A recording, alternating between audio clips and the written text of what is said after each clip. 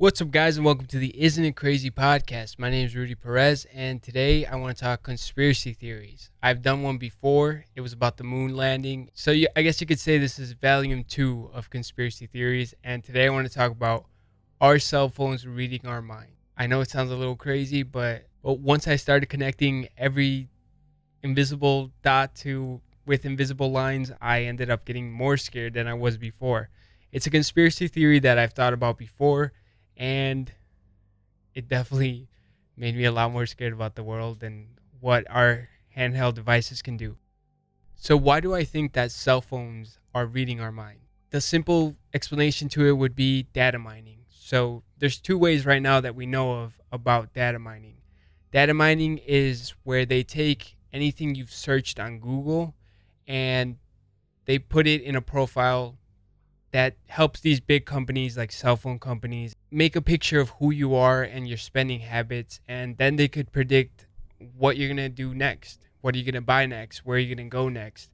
So all of this gets calculated, and then Google sells it to marketing firms that use this data to tailor make marketing schemes for you. So they can suggest anything from a bar of soap to a trip to Italy.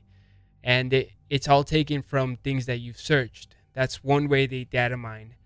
The second way they data mined, and this way was kind of like a secret before people started doing experiments, and they had to force these big companies to come out to say that they are using the cell phones as listening devices, but they're saying that they never listen to our full conversations. They only listen to keywords in the conversation. So say you're having a conversation with somebody and you tell them you need a bottle of Jack for the party next weekend.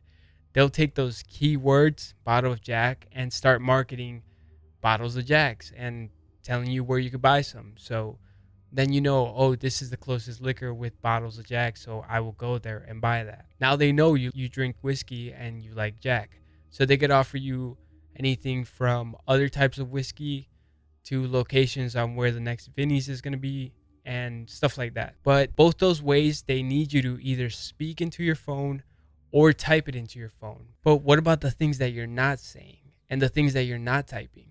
How are they going to get that information? They have to read your thoughts. And I know it sounds like the craziest thing, because how could they intercept our thoughts in our brain and put it into words in some profile in some server in Iowa? Now, you have to look back into the development of the phone. The telephone was made by Alexander Graham Bell. And then here comes my homeboy, Marty Cooper, who didn't want to stay at home tied to these wires and didn't want to be at the office. And he wanted to be out and about and still be able to connect to his family and his business. So him and his team in Motorola in New York developed what we know now as a cell phone. A wireless device that we can bring with us anywhere we want and use anytime we want to connect to anybody we want, from your business to your family to... Back then it was developed just for voice, and then text message came along, and then cell phones developed into pretty much a personal computer in your hand. Nowadays, Instagram hoes use it to post booty pics up. A 13-year-old has the porn world at his fingertips, and you could use it for plenty of things. I know if I was 13 and I had what these kids have now, I probably would have ripped my dick off. But you could use it for not just porn. You could use it for banking. You could use it for measuring things. If you could think of anything to do with your phone, there's an app for it. Okay, there used to be Zippo lighters that for some reason got popular and a lot of morons downloaded it. But they made it all. But what if they're not telling us of everything the phone can do, right? So every year, phones come out thinner and smarter and faster and have better cameras. But what if they're not telling us everything the phone can do? What if the phone has developed into a finely tuned device that could read our minds? And yes, I think I lost half the fucking audience by now. But if you stayed because you're intrigued to see what I'm going to say, the rabbit hole that I went down and the research I did for this conspiracy theory kind of like reassured me that this is possible. So the first thing I Googled was, how do thoughts work? So every time you have a thought, a charged ion molecule moves from one brain cell to the other. So what you need is a device that could intercept that molecule signal as it's moving through your head. And they've proven that each thought you have sends a different type of signal, whether it's a good one or a bad one, it changes slightly. So all they would have to do is make a device that can intercept that signal and make it into words, and then they know exactly what you're thinking about. I know it sounds crazy, but how would they even do that? And if you pay attention to the way that phones have been developing, a couple years back, they introduced something called a wireless charger. You know, those pads that you can plug into your wall and then just lay your phone on top of them and they start charging. How does that technology work? So the phone itself has a coil inside of it and the pad has a coil. And when you run electricity through those coils, they create something called an electromagnetic field that allows electricity to move from one device to the other without actually being physically connected. And Nikola Tesla was the first one to figure this out. And back then, they didn't have cell phones, so they didn't know what to do with this technology. So they just thought of it as like a cool party thing to do, like a party trick to do.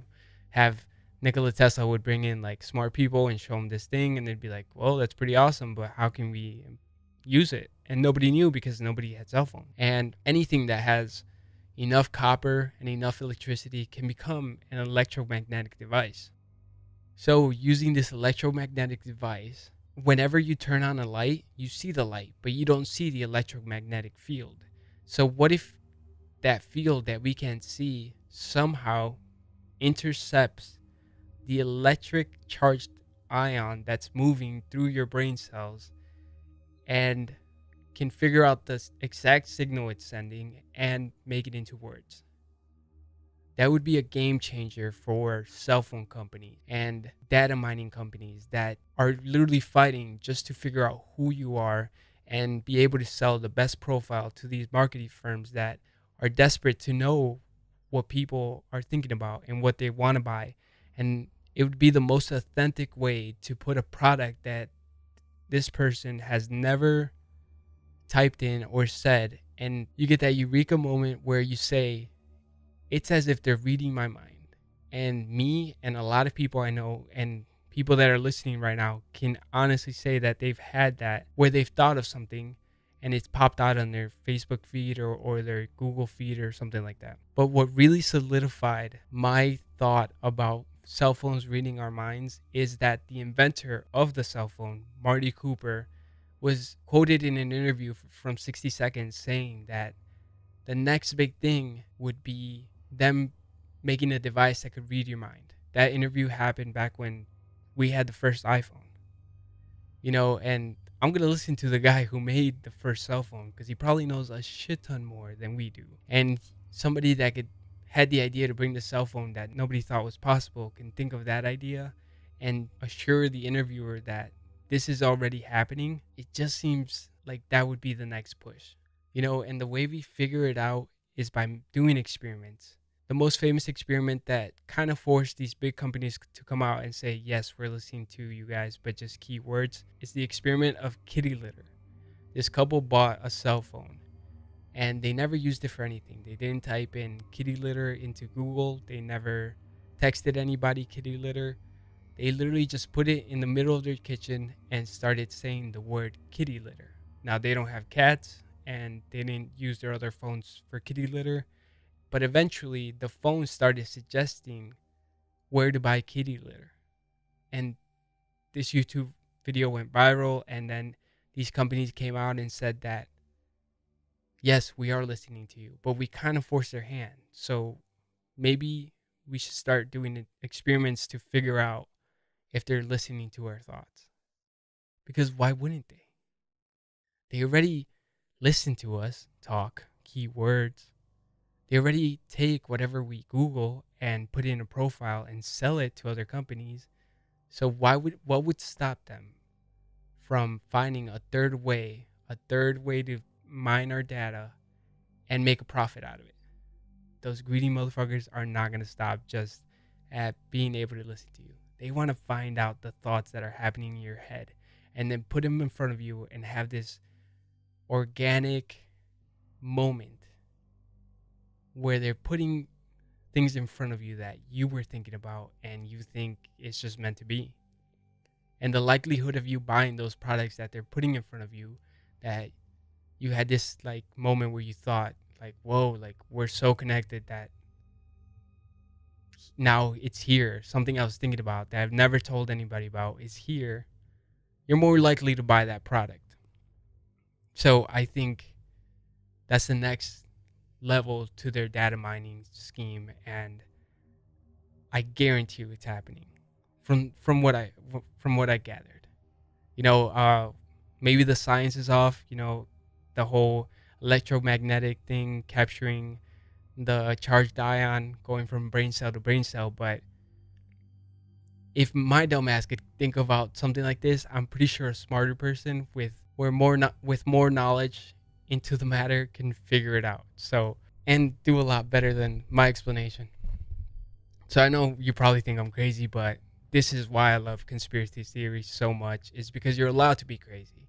You know, if the flat earthers could think there's an ice wall that surrounds the whole world and the world is in a sphere, even though there's countless of pictures of NASA showing us that it is round, then I'm allowed to think that something more plausible, like the greedy companies are figuring out how to read our thoughts. Why wouldn't they do that? It's an untapped source, and I guarantee you they're trying to tap into that and make profit. And if there's not a race to do it, there will be a race to do it in the future, because the first one that gets there is going to make a shit ton of money if they're not doing it already. So that's my conspiracy theory. If you guys have any conspiracy theories that you guys want to talk about, comment down below. Let me know if you agree with mine. If you think I'm batshit crazy, let me know that too.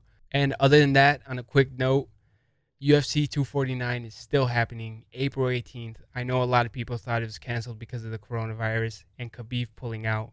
And Dana White did something that I never thought would be possible. You know, there was a joke on some YouTube videos saying that maybe Dana White should get a huge cruise and take the fights into international waters where there's no law, and he would be free to make these fights happen. So the crazy son of a bitch did it. He went and got a private island in international waters, and that's where he's going to do it. Unclosed location where nobody knows where it's going to be except the fighters and the crews.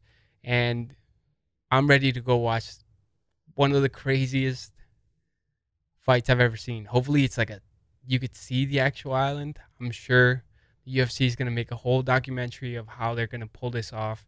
But more than that, I'm excited to see some type of sport. I haven't seen any sport in 2 months and I'm going crazy. So this should be a lot of fun. I think the premise that's going to be in a deserted island is fucking insane. You know, how many fighters say they got to fight in some private island and the whole world got to watch? That's pretty fucking cool. So shout out to Dana White for actually pulling through and giving us this fight. I know it's selfish of us to even want it, but you know, when you're starved, hungry for some type of sport, and this is it, you know, I'm gonna make an evening out of it. Like I'm gonna go get steak. I'm gonna drink some whiskey. I'm gonna enjoy the fights, and I will be making a UFC 249 breakdown of the whole fighting thing. So stay tuned for that. But I cannot wait for that. But that is my episode today. Thank you guys for listening. Hopefully you guys don't think I'm crazy, but this is the Isn't It Crazy podcast. So you're going to hear some crazy shit from time to time. And if you guys like the episode, please like and subscribe. And let me know what you guys think about it. All right. Thank you.